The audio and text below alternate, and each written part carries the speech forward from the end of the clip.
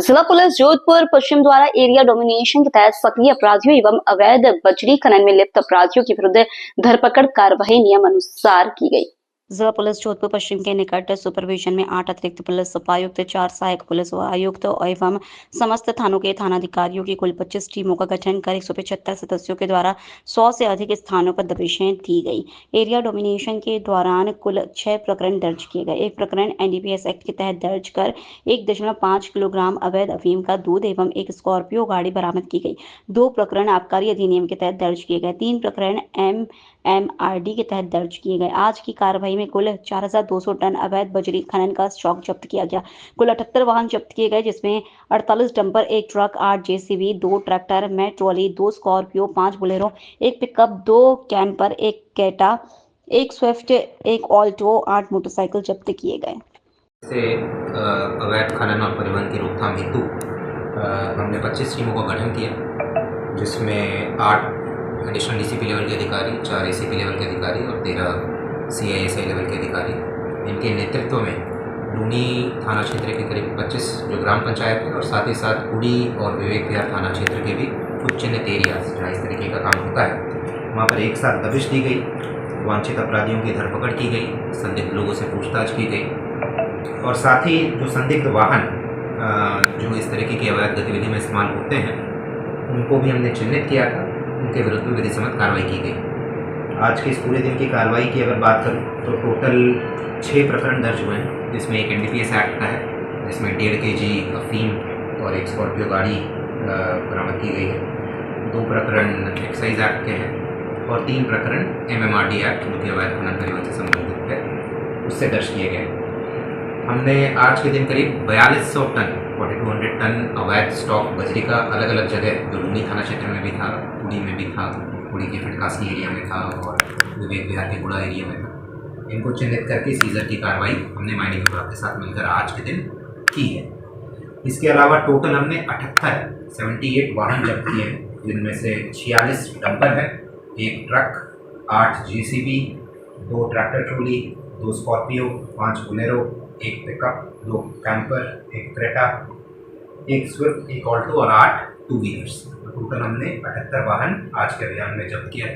ये अलग अलग किस्म के वाहन हैं, इनमें से बहुत सारे बिना नंबरी वाहन हैं जो कि अवैध खनन परिवहन या फिर किसी और अवैध गतिविधि में इस्तेमाल होते हैं और कुछ वाहन जो है वो नंबर वाले हैं मगर वो संदिग्ध गतिविधि में थे और उनके पास प्रॉपर दस्तावेज नहीं थे, इसलिए उनको सीज किया गया। इस पूरे जो हमने एक्सरसाइज की एरिया डोमिनेशन, इसमें टोटल 27 गिरफ्तारी हुई, जिसमें स्थायी वारंटी भी है, गिरफ्तारी वारंटी भी है, वांछित अपराधी भी है और जो मुकदमा जो दर्ज हुआ है उसमें भी गिरफ्तारी है। इसके अलावा यातायात पुलिस का भी आज योगदान रहा। यातायात पुलिस की अगर मैं बात करूँ तो आज के दिन 17 डंपर उन्होंने जब्त किए और पिछले 3 दिनों की उनकी कार्रवाई की बात करें तो 30 डंपर यातायात पुलिस के द्वारा भी जब्त किया गया है। आज के अभियान के अलावा अलग अलग जगह नाके लगाए गए हैं। हमारा पुलिस जाब्ता जो है 24 घंटे नाकों पर रहता है। इसके पहले भी करीब 3000 टन हमने अवैध स्टॉक बजरी का पिछले 5 महीनों में जब्त किया है। करीब 35 प्रकरण दर्ज करके 70 से ऊपर व्हीकल्स जब्त किए हैं। तो पिछले 5 महीने से हम कंटिन्यूस जो है कार्रवाई कर रहे हैं। आज का ये जो अभियान रहा है इसको हमने लार्ज स्केल पर किया है और ऐसा अभियान आगामी दिनों में भी हम जारी रखेंगे। सर, इसमें कुछ हथियारों की बरामदगी और कुछ नहीं, हथियारों की आपने बताया कि मुकदमे में कोई गिरफ्तारी हुई है, कौन से में? MMRD एक्ट में गिरफ्तारी हुई है और एक आबकारी एक्ट में गिरफ्तारी हुई है। टोटल कितनी गिरफ्तारी है? टोटल 6 तो 27 गिरफ्तारी ना? अच्छा सर, 27 गिरफ्तारी। इसमें मुकदमे में MMRD एक्ट में और आबकारी में है, बाकी स्थायी वारंटी है, गिरफ्तारी वारंटी है। एक MMRD एक्ट में पहले की एक वांछित अपराधी थी, उसको पकड़ा है और कुछ लोगों को 170 BNSS में किया, वो आंकड़े आपके प्रश्न। सर गाड़ी किन धाराओं में दर्ज की गई? गाड़ियाँ अलग अलग धाराओं में की गई हैं। जो बिना नंबरी हैं, संदिग्ध हैं, उनको 38 पुलिस एक्ट में किया गया है और जिनके पास प्रॉपर दस्तावेज नहीं थे उनको गया। इसमें महिलाओं के भी गिरफ्तारी? हाँ, जो एक वांछित अपराधी थी MMRD एक्ट में वो महिला ही है। अच्छा, 1.5 किलो अभी कहाँ से बरामद हुआ, कौन है इसमें? ये लूनी थाना क्षेत्र में ही ग्राम पंचायत है, वहाँ पर उनके घर से बरामद हुआ है। वो आरोपी का डिटेल्स जो है वो प्रेस में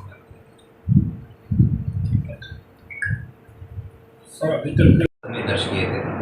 एक MMRD एक्ट का अलग से किया था, एक जो मुलजिम है वो MMRD एक्ट में जो ये वाला प्रकरण है, इसमें 2 ही शेष है, 4 गिरफ्तारी, और दोनों के पीछे टीम हमारी लगी हुई है। हमारा पूरा प्रयास जारी है और जल्दी नहीं मिल एक शिवलाल है, दूसरा रणावा में, तीसरा सर एक JCB चालक भी था। JCB चालक का घटना में कोई रोल नहीं है, वो तो हमने MMRD एक्ट में जो मुकदमा दर्ज किया उसमें JCB जब्त की है। लोकल से लेकर ग्लोबल तक की खबरों के लिए देखते रहिए सच्ची रिपोर्ट।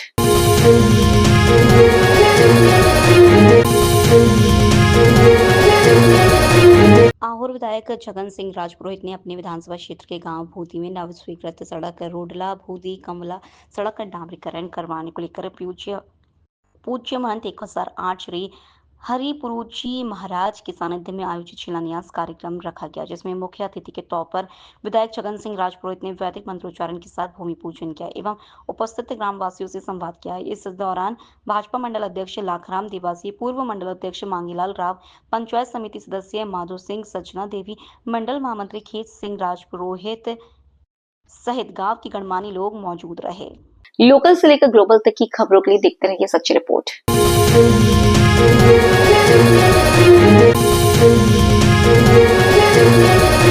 सांडेराव स्थित श्री शांतिनाथ जैन मंदिर में आयोजित 2 दिवसीय विशेष पूजा अर्चना के कार्यक्रम को लेकर आचार्य भगवान गुरुदेव अरविंद सागर सुरेश्वर जी व मां साके शुक्रवार सुबह सांडेराव पहुंचने पर श्री शांतिनाथ जैन मंदिर ट्रस्ट के सानिध्य में जैन समाज बंधुओं ने गुरुदेव अरविंद सागर सुरेश्वर जी महाराज के स्वागत में पलक पावड़े बिछवाए।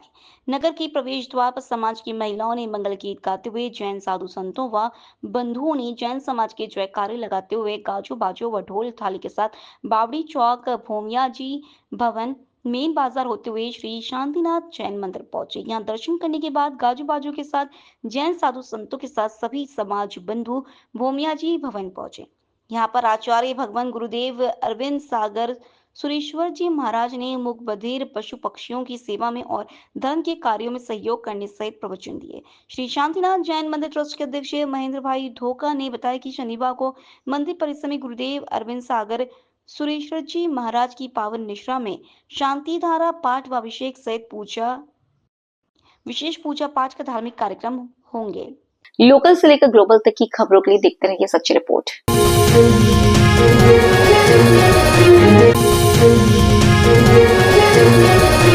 आहोर विधानसभा क्षेत्र के नव स्वीकृत रोजला भूती कबला सड़क निर्माण कार्य डामरीकरण सड़क निर्माण कार्य का हेमशाही जागीर मंठ कबला के मठाधीश महंत हरिपुरुजी महाराज के सानिध्य एवं विधायक छगन सिंह राजपुरोहित के मुख्य आतिथ्य एवं भाजपा चांदराई मंडल अध्यक्ष लाखाराम देवासी, पंचायत समिति सदस्य सजना देवी देवासी, भूती प्रशासक जशोदा देवासी, पूर्व मंडल अध्यक्ष मांगीलाल राव, प्रशासक हुकुम सिंह राठौर, मंडल उपाध्यक्ष फीकाराम वाबद्रा, माधो सिंह नारवाड़ा, भवर सिंह कवला, शिवलाल घांची, पादरीलाल, महामंत्री खेत सिंह राजपुरोहित सहित अतिथियों की मौजूदगी में भूमि पूजन एवं शिलान्यास किया गया।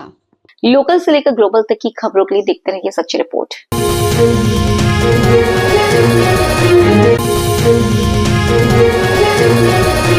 पाली जिला मुख्यालय को रीको क्षेत्र में खेताबाद सड़क जाने वाले कच्ची सड़क मार्ग पर अज्ञात वाहन की टक्कर से एक बाइक सवार की मौके पर ही मौत हो गई। हादसे में बाइक सवार खेताबाद निवासी गोविंद दास पुत्र पुखराज वैष्णव की मौके पर ही मौत हो गई। सूचना से पुलिस मौके पर पहुंची और शव को कब्जे में लेकर बांगड़ अस्पताल मरचुरी में रखवाया गया। स्थानीय ग्रामीणों परिजनों ने मिट्टी से भरे हुए डंपर से हादसा होने की आशंका जताई। पुलिस द्वारा शव मरचुरी पर रखवाया गया है और पुलिस अज्ञात वाहन की तलाश में जुट गई है और आगे की कार्रवाई जारी है। ये हुई है कि औद्योगिक क्षेत्र से खेताबाद जाने वाले कच्चे रोड के ऊपर किसी अज्ञात वाहन द्वारा एक्सीडेंट हुआ है, जिसमें वो मोटर बाइक पे थे, गोविंद दास नाम था, मोटर बाइक के ऊपर थे और वो अपने घर की तरफ जा रहे थे फैक्ट्री से। ये लगभग 10:30 पौने 11 के बीच की घटना है और हमें पूरी तरह जानकारी मिली है कि डंपर या बोलेरो वगैरह गाड़ी से ही इत्यादि गाड़ियों से ही एक्सीडेंट हुआ है और बॉडी घटनास्थल पे थी। पुलिस मौके पे पहुंच गई, उन्होंने भी अपनी तफ्तीश की है और अभी ऐसा हमारा मानना है कि जो एक्सीडेंट हुआ है इन गाड़ियों की वजह से ही हुआ है, क्योंकि वहाँ अज्ञात डंपर रात दिन कम से कम 20-25 बार राउंड होते हैं। और ये करीबन 1 महीने से ये चल रहा है कि डंपर लगातार औद्योगिक थाने से खेताबाद से आगे सोनिया की साइड से आते हैं और वहाँ औद्योगिक थाने में औद्योगिक क्षेत्र जाते हैं, जिसमें कुछ मुड वगैरह भरा हुआ होता है और रास्ता इतना कठिन है कि वहाँ से डंपर के अलावा एक बाइक निकलना संभव नहीं है। इसके लिए हमारी जानकारी यही है कि एक्सीडेंट केस ही बना है और एक्सीडेंट हुआ है इनके साथ। और उसके बाद क्या हुआ है ये तो किसी ने हमारे को इतला दी थी, वो खेताबाद रहने वाले निवासी थे, उन्होंने पुलिस डिपार्टमेंट को भी इतला दी और परिवार को इतला दी है।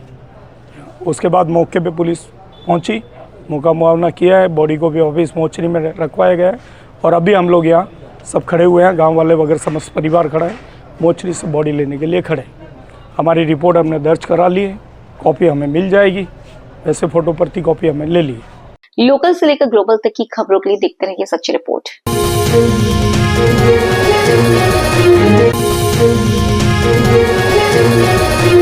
जन स्वास्थ्य अभियांत्रिकी एवं भूजल विभाग मंत्री कन्हैयालाल चौधरी ने आज शुक्रवार को जिला कलेक्टर कार्यालय के सभागार में जन स्वास्थ्य अभियांत्रिकी विभाग की समीक्षा बैठक ली।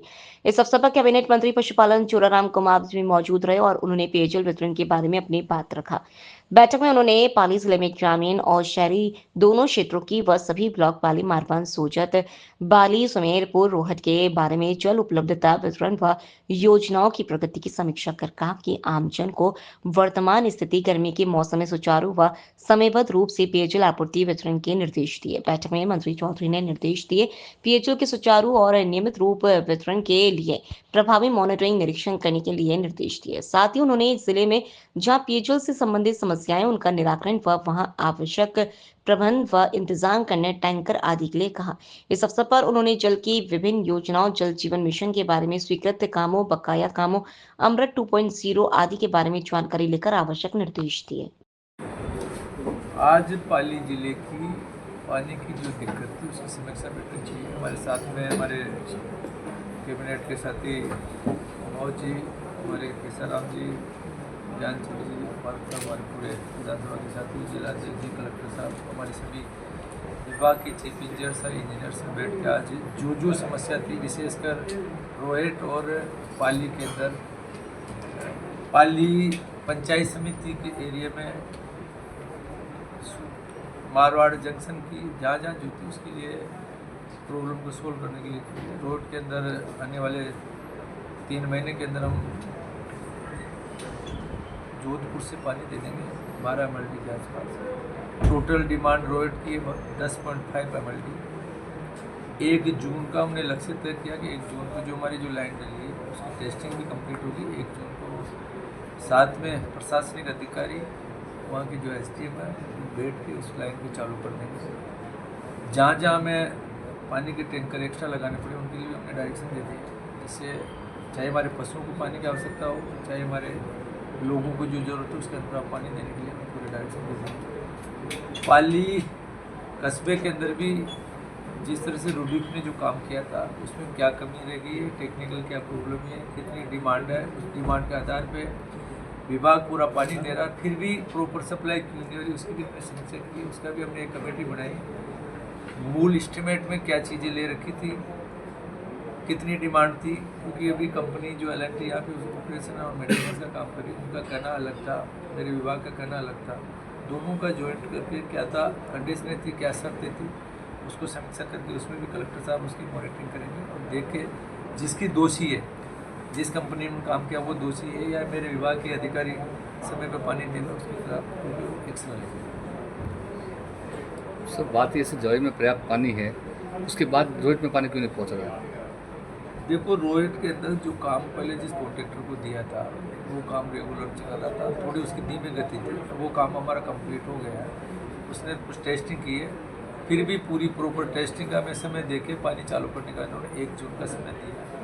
कॉन्ट्रेक्टर को भी अभी बुलाया, कॉन्ट्रेक्टर से भी बैठ कर बात करेंगे भाई टाइम पे क्यों नहीं कर रहा है, उसके खिलाफ जो भी विभाग की कार्रवाई वो भी करेंगे। बाकी 1 जून के बाद में आपको आश्वस्त करें कि रोड के अंदर जितना पानी की रिक्वायरमेंट है हम जरूर करेंगे। बात सर जवाई पुनर्भरण की योजना भी है, उसको लेकर कहाँ तक प्रगति, क्या प्रोग्रेस है? जवाई पुनर्भरण की योजना के लिए हमारे मुख्यमंत्री जी ने पूरे राजस्थान के अंदर जितना भी पानी बह के दूसरे राज्यों में और समुद्र में जाता था उसका उपयोग करने के लिए चाहे राम जल सेतु योजना हो, चाहे यमुना का पानी हो, चाहे माई का पानी, क्योंकि जो बच रहा उसके लिए योजना बनाई, उसकी DPR बन गई, ब्राह्मणी नदी का भी पानी लेके आए, तो उसके लिए वृहद स्तर पर कार्रवाई चल रही है, बहुत जल्दी उस पर काम चल रहा है। सर कुड़ी से पानी कब तक आ जाएगा रोहित, आप बता रहे थे? कुड़ी से पानी रोड तक आने में हमने मेरे चीफ मिनिस्टर को मैंने भी डायरेक्शन दिया है कि आप जितना पानी, तो लगभग 2 MLD पानी तो हमें 2-5 दिन में कैलकुलेशन कर देता हूँ, बाकी जो टोटल जितनी हमारी रिक्वायरमेंट हो पानी आने में सितंबर से अक्टूबर के महीने तक पानी आ जाएगा। सर ये जोधपुर से जो पानी आ जाएगा स्थायी समाधान रहेगा या अस्थायी? नहीं, परमानेंट स्थायी समाधान होगा। उसके लिए हमने 75 करोड़ रुपये अलग से, जो जहाँ पे पानी आएगा जोधपुर के दूसरे पूर्वी भाग से इधर साउथ के साइड में लेकर आना, तो उसके लिए हमने 75 करोड़ रुपए के अलग सेक्शन निकाली, उसके लिए फाइनेंस में भेजी है। आने के बाद उसके भी टेंडर लगाए, जिससे रेगुलर सप्लाई रोड में चलती है।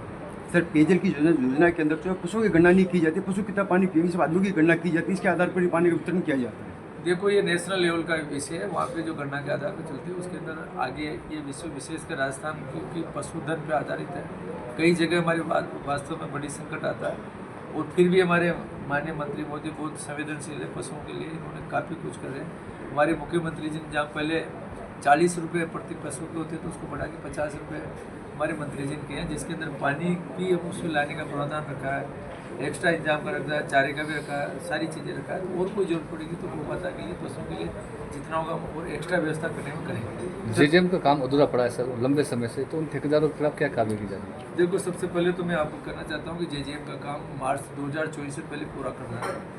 पिछली सरकार ने सभी राज्यों ने 90% काम कर लिया था, राजस्थान के अंदर केवल 30 से 35% ही काम कर रहे हैं। मैं धन्यवाद देना चाहता हूँ कि हमारे मुख्यमंत्री जी के निवेदन पे मुख्यमंत्री ने जाके राजस्थान की समस्या रखी और हमारे प्रधानमंत्री जी ने उस पर विचार किया, और इस JJM को अभी इस बजट के अंदर मार्च 2023 तक बढ़ाया, जिससे राजस्थान के लिए वास्तव में ये वरदान साबित होगा।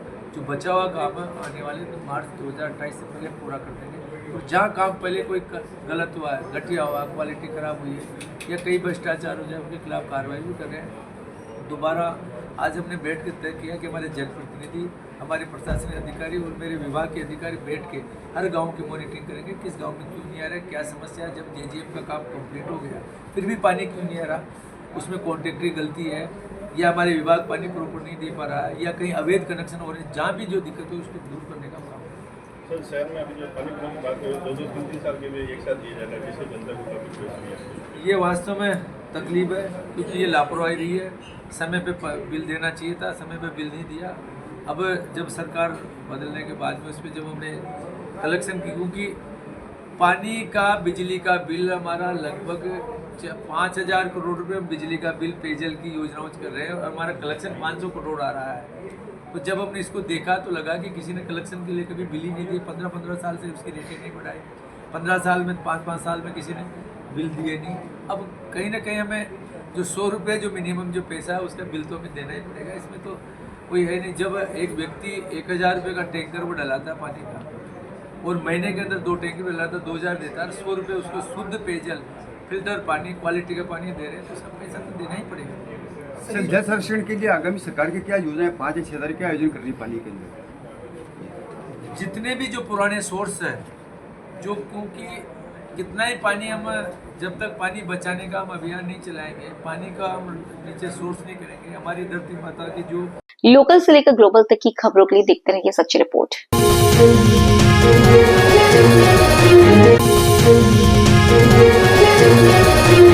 मारवाड़ जंक्शन के थाना क्षेत्र के कराड़ी बाता मुख्य चौराहे पर बाता गांव से पाली जा रही एक अनियंत्रित और तेज गति से कार ने एक बाइक सवार को चपेट में ले लिया। हादसे में बाइक सवार एवं उसकी 2 पुत्रियां गंभीर रूप से घायल हुई। तत्काल प्रभाव से राहगीरों ने निजी वाहन के द्वारा उक्त सभी तीनों घायलों को राजकीय अस्पताल मारवाड़ जंक्शन पहुंचाया। सूचना से मारवाड़ जंक्शन थाना पुलिस मौके पर पहुंची एवं घायलों का उपचार करवाया। हादसे में घायल बाइक सवार आउवा गांव निवासी गोविंद रेंगर की हालात चिंताजनक होने पर चिकित्सकों ने उसे पाली रेफर किया।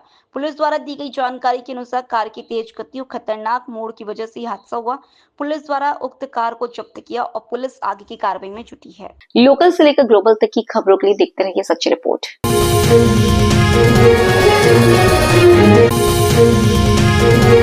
गुरुवार को कैबिनेट मंत्री जोराराम कुमावत ने विधानसभा सुमेरपुर क्षेत्र के विभिन्न कार्यक्रमों में शामिल हुए। मंत्री ने बिटिया गांव बलुपुरा गांव में शिलान्यास एवं उद्घाटन कार्यक्रम में भाग लिया। उन्होंने बलुपुरा ग्राम पंचायत में एक साथ कई विकास कार्यों के उच्च जलाशय निर्माण कार्य का शिलान्यास किया। इस अवसर पर कैबिनेट मंत्री कुमावत ने ग्रामीणों को संबोधित करते हुए कहा कि केंद्र एवं राज्य सरकार मिलकर प्रदेश में विकास की कोई कमी नहीं रख रही है। उन्होंने कहा कि पूरे 5 साल में युवाओं को 4 लाख नौकरियां देंगे सरकार। राजस्थान सरकार हर वर्ग को साथ में लेकर विकास कर रही है। उन्होंने ग्रामीणों को संबोधित करते हुए सुमेरपुर विधानसभा क्षेत्र में और उनके विकास कार्य करवाए जा रहे हैं। जोराराम कुमावत ने कहा कि मुख्यमंत्री भजनलाल शर्मा के नेतृत्व में प्रदेश में विकास के लिए पूरी प्रतिबद्धता के साथ कार्य हो रहे हैं। सरकार के पास संसाधनों की कोई कमी नहीं है। आवश्यकता केवल इससे बात की है कि उपलब्ध बजट का समय पर प्रभावी उपयोग सुनिश्चित किया जाए। उन्होंने कहा कि बिजली, पानी, चिकित्सा, शिक्षा के क्षेत्र में राजस्थान को अव्वल प्रदेश बनाने की दृष्टि से प्रत्येक विधानसभा क्षेत्र में मुख्यमंत्री ऑन डिमांड बजट जारी कर रहे हैं।